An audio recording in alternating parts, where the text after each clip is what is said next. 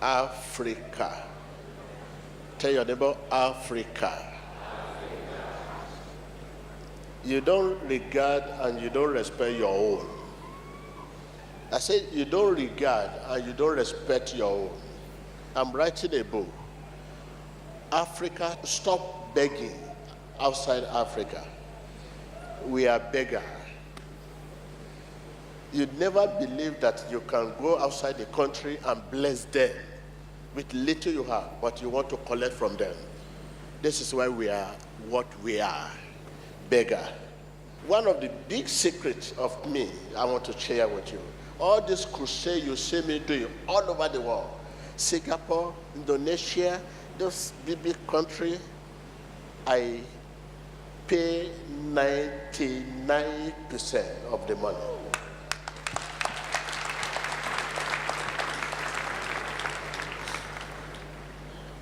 When we are invited to crusade in America, in Singapore, I'll say, how much is the stadium? If the stadium is $100,000, I'll say, do you have any area you want to support? They say, no, we are going to rent it. No, you can't rent it for me.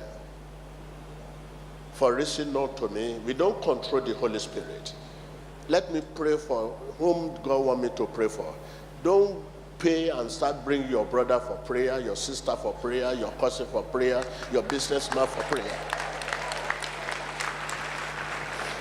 If you pay for the stadium for me and you invite me for crusade, you collect money from those big businessmen that are sick, and they are the one you arrange in front for prayer.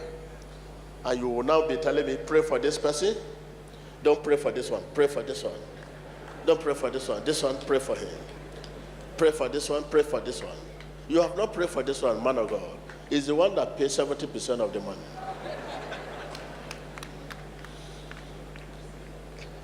God cannot cooperate or support such arrangement. Or you are telling me I should come out 8 a.m. when the Spirit of God says I should come out 10 a.m. and you are now saying I should come out 8 a.m. My accommodation, I don't let them know where I'm going to lodge. After the crusade, you can know where I'm living, but before during the crusade, I will not allow you to come to me. You organizer, you cannot see me until after the crusade.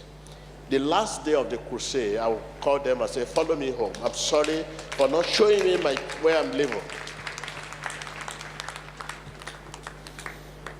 I will enter your country with money, and I will go out of the country, and I will not take your money out of the country. It's a rule and regulation, because the grace is not for sale. My joy is to see people healed. My joy is to see people blessed. Amen. My joy is to see people delivered. Amen. That is my money. Each person that is delivered is more than $20,000. Okay, imagine in each crusade, almost 500 people delivered. 500 times $20,000. That is the money God gave me. $20,000 times 500, it's a huge money, which is more than this money you're talking about. The joy to sleep, joy. You need to know what it means if God used you to heal people. If you know what it means, if God used you to deliver people, you will want to be deliver people all the time.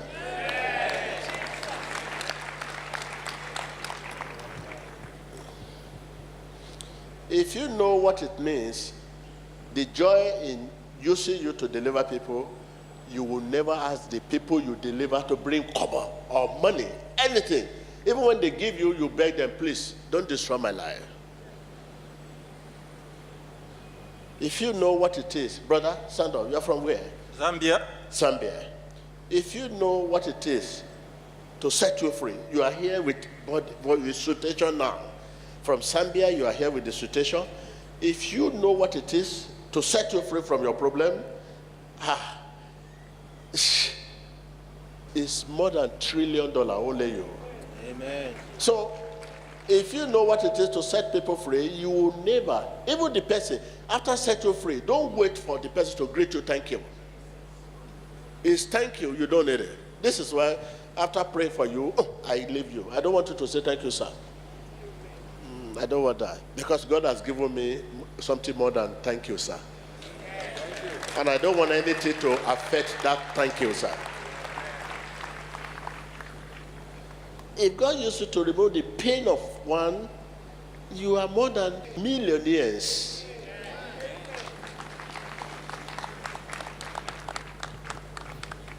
You people believe that your reward is money. No.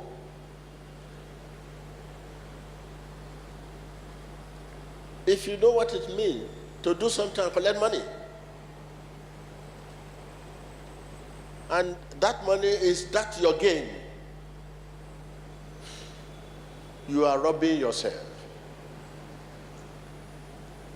Something insufficient. And that money is what? Insufficient. Cannot help you. It cannot give you peace. The money cannot give you peace. If the money can give you peace, many of you will not be here today. That is why you just see me at Ikotu Egbe. Since I started, this is just Ikotu Egbe branch. From the Ikotu Egbe now to where? Look at the glory of God.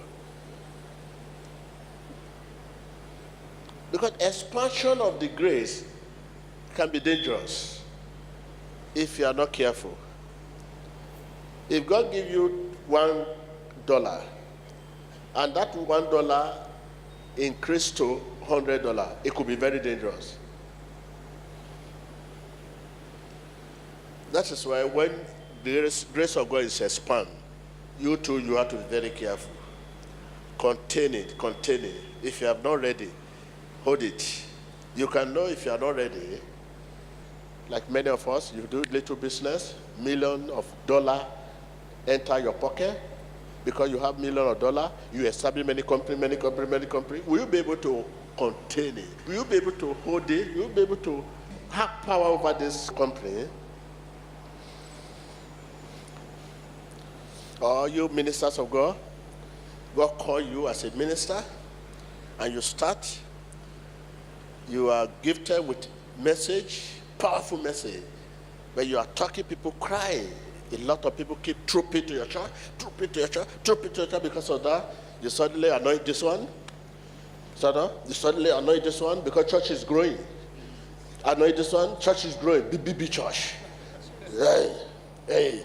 Okay, you go to Zambia. Go and establish one. You go to Cotonou. Go to London. Go to America. It could be dangerous. Because of expansion, you can contain that. If you know the expansion is becoming, that is it. You may be seated, sir. Yes. When I started, the ministry was booming. Branches here. I said, I just said, please, can you close that branch for God's sake? Because I know I will not be able to stand, even though there's great power, but the human side of me. I have no anointing to give you. It's God that anointed. Suddenly, in hurry, because churches grow, I anoint you. Maturity needs time and experience. No matter the mighty power God gives to you, you need to mature over time.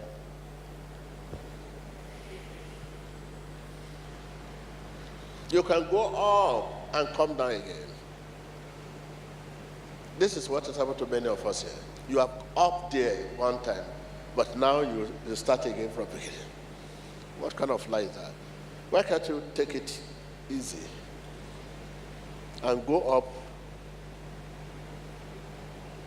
in the season by obeying season?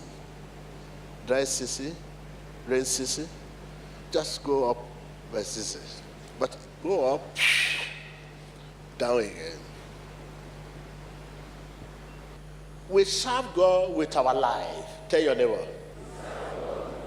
But you believe you serve God with the Bible. you read Bible, you serve God with the Bible. Jesus said this, Jesus said that, Jesus said. You have forgotten even your life. That you have to serve God with your life, not only the Bible. That's what the Bible says. You seem to forget to serve God with your life. Do you know your life preach better, not your mouth? If you are telling me Jesus is Lord, Jesus is Lord, Jesus is Lord, that one is not strong. Let your life say it.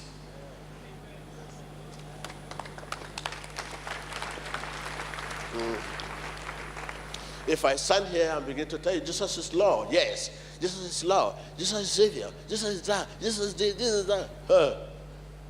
But your life can preach better. Your life, mere looking at your life and your life and your life, it can preach better. Better sermon. Say, my life can preach better sermon. I can't hear you. I can't hear you. So does your life preach? But it is your mouth that preach, not your lie. Look at me. Without even talk, if you just walk out and say, okay, who is this man?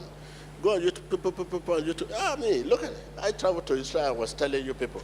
They were telling me I should not talk. They know me. They were telling me what I'm doing.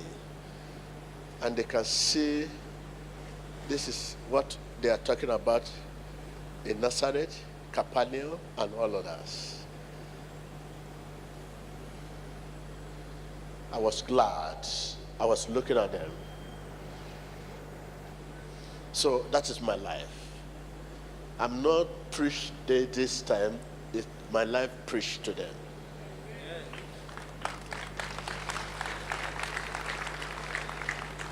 God's time is the best. What you have just seen, whatever decision of God, I have no life of mine. If the Lord say yes, who I am to say no? God has a purpose of sending me to your midst. There's a purpose of sending me to your midst. Yes. At the same time, there's a purpose of taking me to Israel. Maybe God wants you to appreciate me better. God of Team Joshua better. By the time you want to see me, you have to pay the ticket, fly to Israel, and go there to see. You appreciate it better. And you know, right from the beginning of this ministry, is the ministry that most persecuted in the world. The most persecuted ministry. And who are the people persecuted in ministry? My people, Africa. I take it back again. This ministry is the most persecuted ministry in the world. There's no name my people have ever called. And there's nothing they have never done. Straight thing. And who are the people? My people, Africa. It has not been an easier thing, if not God. That is why I choose to live a lonely life. If you want to see me, come to this church. I don't go out. That's lonely life. Because it has not been easy. Because I don't know who is friend, who is enemy. I don't know.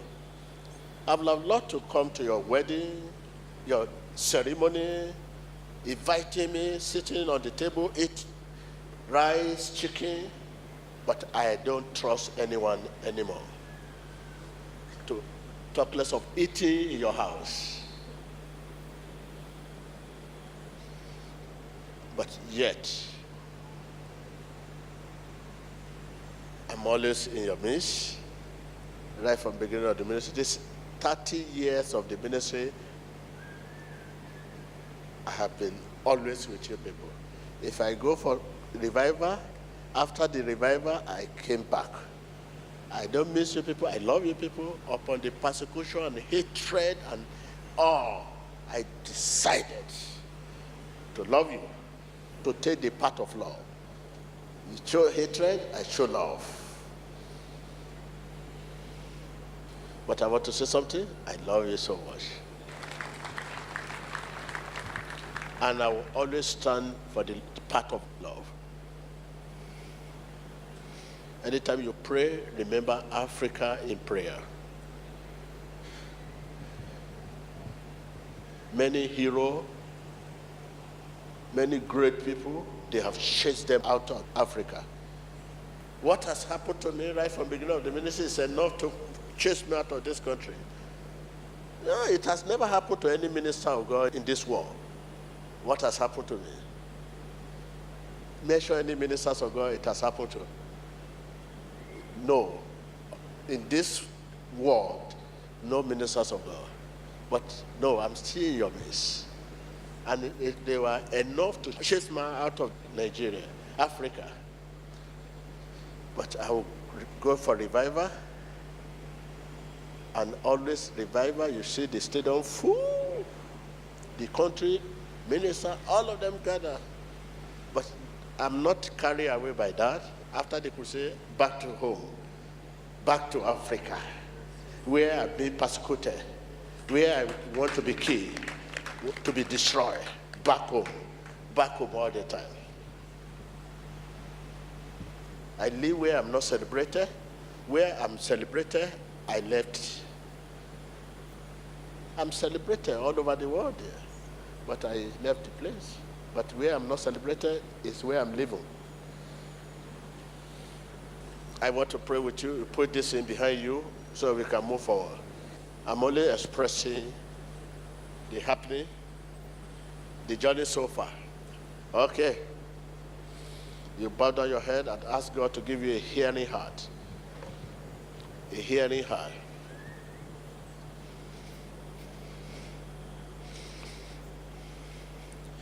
In Jesus Christ's name. Ask God to give you strength so that you will not give up. Don't give up. Where you are not celebrated is the best place to stay, to get strength. When you are in the midst of battle, you are building yourself.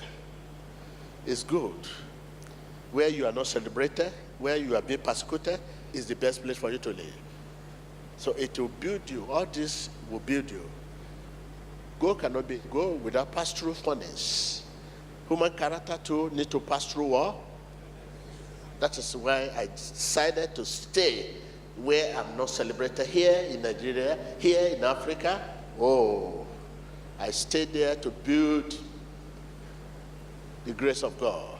When the grace of God is in the midst of challenges, it gets stronger. So that is why I stay in your midst. Ask God not to give up. Give you the grace to stay where you are not celebrated.